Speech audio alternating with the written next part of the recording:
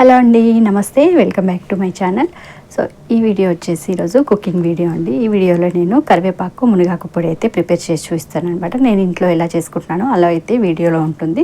So మీరు కూడా prepare చేసుకుంటారా? ఒకవేళ చేసుకోకపోతే ఈ వీడియో చూసి ఫాలో అవ్వండి. ఎందుకంటే ఈ మునగాకు కరివేపాకు పొడి అయితే హెల్త్కి చాలా మంచిదండి. మనం రెగ్యులర్గా తినడం వల్ల సో మంచి హెల్త్ బెనిఫిట్స్ అయితే ఉంటాయి అనమాట. మునగాకు అందరికీ తెలిసిందే హెల్త్కి ఎంత మంచిదో. సో అలాంటి దాంతో మనం పొడి చేసుకొని రెగ్యులర్గా తింటే సో చాలా చాలా మంచిది కదండి. అందుకని చెప్పేసి మీరు కూడా ఇలా పొడి చేసుకొని పెట్టేసుకొని రోజైతే ఇడ్లీ, దోశ, రైస్లోకి కొంచెం నెయ్యి వేసుకొని వేడివేడి అన్నంలో కలుపుకొని తింటే సూపర్గా ఉంటుందండి. సో టేస్ట్ కంటే మించి మనకు హెల్త్కి చాలా మంచిదన్నమాట. సో డెఫినెట్గా ఒకసారి ఇంట్లో ట్రై చేయండి. అలాగే మన వీడియో ఫస్ట్ టైం చూస్తున్నట్టయితే ప్లీజ్ సబ్స్క్రైబ్ చేసుకోండి. వీడియో లైక్ చేయడం మర్చిపోవద్దు. రెగ్యులర్గా ఛానల్ ఫాలో అవ్వండి. సో ఇంకెందుకు లేటు వీడియోలోకి వెళ్దాం పదండి. ఈ పొడి చేసుకోవడం చాలా ఈజీ అండి. ఒక్కసారి ప్రిపేర్ చేసి పెట్టుకుంటే మనకు నెల రోజుల వరకు అవుతుందన్నమాట. మేమైతే రెగ్యులర్గా తింటూ ఉంటాం ఇంట్లో. ఇప్పుడైతే ముందుగా మనము మునగాకు ఉంటుంది కదా, కడిగి ఆరబెట్టేసుకోవాలండి. ఇలా వాటర్ లేకుండా డ్రైగా అయ్యేంత వరకు ఆరబెట్టేసుకోవాలి. మీరు కడిగిన తర్వాత ఒక 2-3 రోజులు ఎండితే సరిపోతుందన్నమాట. సో ఎండకు కాకుండా నార్మల్ నీడకు ఉంచినా సరే, లేకపోతే ఎండబెట్టుకున్నా సరే. నేను నార్మల్గా నీడకి ఇలా డ్రైగా ఎండబెట్టేసాను. ఇప్పుడు ఇది కడాయిలో వేసేసుకొని మంచిగా రోస్ట్ చేసుకుంటున్నాను. ఇప్పుడు అందులోనే కరివేపాకు కూడా వేసుకోవాలండి. మునగాకు ఎంత ఉంటే అంత కరివేపాకు కూడా వేసుకోండి. కొద్దిగా తక్కువ వేసుకున్నా సరే కరివేపాకు. ఇలా రెండు కూడా కలుపుతూ బాగా డ్రై చేసుకోవాలండి. కరివేపాకు కూడా నేను కడిగి ఆరబెట్టేసుకున్నాను అనమాట. సో అలా ఆరబెట్టుకున్న దాన్ని మనం ఇలా ఆయిల్ లేకుండా డ్రైగా రోస్ట్ చేసుకోవాలండి. చూసారు కదా, చేయితో ఇలా నలిపితే ఇలా క్రిస్పీగా అవ్వాలన్నమాట. అంతవరకు ఫ్రై చేసుకొని పక్కకు తీసేసేయాలి. ఆ తర్వాత అదే కడాయిలో కొద్దిగా 1 టీ స్పూన్ ఆయిల్ వేసుకొని ఎండుమిర్చి అయితే వేసుకొని ఫ్రై చేసుకోవాలండి. ఎండుమిర్చి మీరు కారంకి తగ్గట్టు అయితే తీసుకోండి. ఎంత తింటారో అంత తీసుకోండి. ఎందుకంటే ఇది కొంచెం కారంగా ఉంటేనే బాగుంటుంది. ఎందుకంటే మునగాకు, కరివేపాకు మనకు చేదుగా ఉంటాయి కాబట్టి కొద్దిగా ఎక్కువనే తీసుకోండి. ఆ తర్వాత అవి కాస్త ఫ్రై అయిన తర్వాత 2 స్పూన్ల మిరియాలు, 2 స్పూన్ల పొట్టుతో ఉన్న మినపప్పు, 2 స్పూన్ల పెసరపప్పు, అలాగే ఒక 30-40 ఎల్లిపాయ రెబ్బలు, 2 స్పూన్ల ధనియాలు, 2 స్పూన్ల జీలకర్ర వేసుకొని దూరగా వేయించుకోండి. ఇవి కాస్త వేగిన తర్వాత ఇప్పుడు నువ్వులు అయితే వేసుకుందామండి. 2 టీ స్పూన్ల నువ్వులు, 1 టీ స్పూన్ అవిసెలు అయితే వేసుకుంటున్నాను. ఇవి కూడా చాలా మంచిదండి.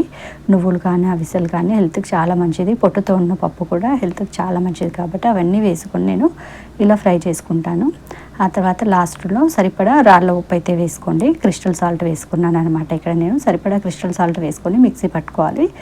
ఇప్పుడు ఆకులో కూడా మనం క్రిస్టల్ సాల్ట్ వేసుకుందాము.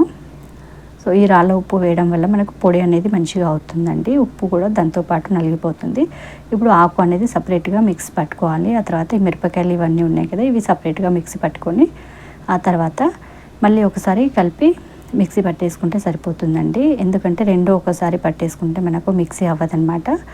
ఆకు సపరేట్గా మిక్సీ పట్టుకోవాలి. సో ఇలా దూరగా వేయించుకోండి, మరి మాడకూడదు.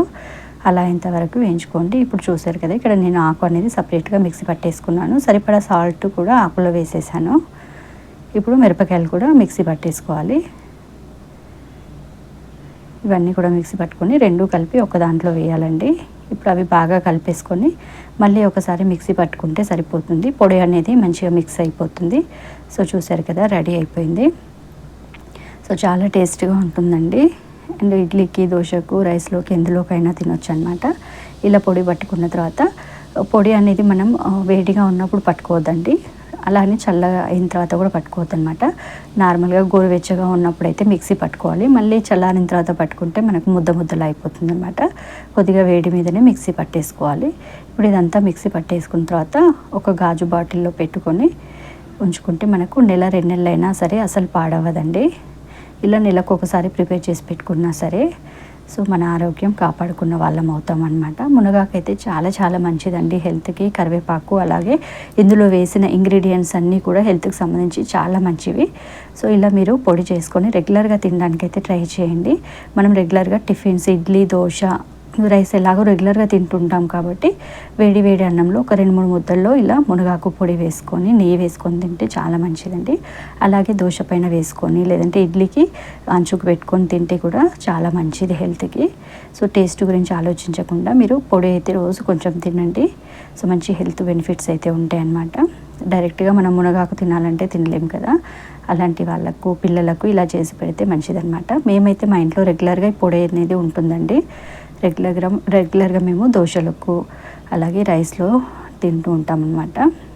సో ఇది ఇవాల్టి వీడియో ఎలా ఉందో కామెంట్ చేయండి, నచ్చితే లైక్ చేయండి. సో మీకు కూడా ఈ ఇంగ్రీడియంట్స్ నచ్చితే ఫాలో అవ్వండి, తప్పకుండా ఇంట్లో ప్రిపేర్ చేసుకోండి. అలాగే చేసుకునే వాళ్ళు కూడా కామెంట్ చేయండి. So friends, thank you for watching.